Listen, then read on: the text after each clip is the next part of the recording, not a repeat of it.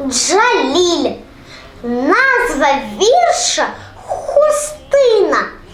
Шовкову хустку вишила мені, в бій проводжаючи кохана. Кров тамував я нею на війні, і швидко гоїлася рана.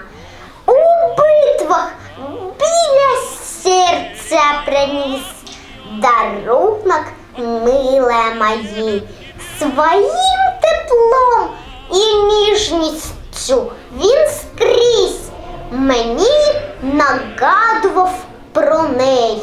За рідний край, коли гула війна, вперед я йшов на кодло враже. Хустина свідок, тепер вона про відданість мою розкаже. В кармане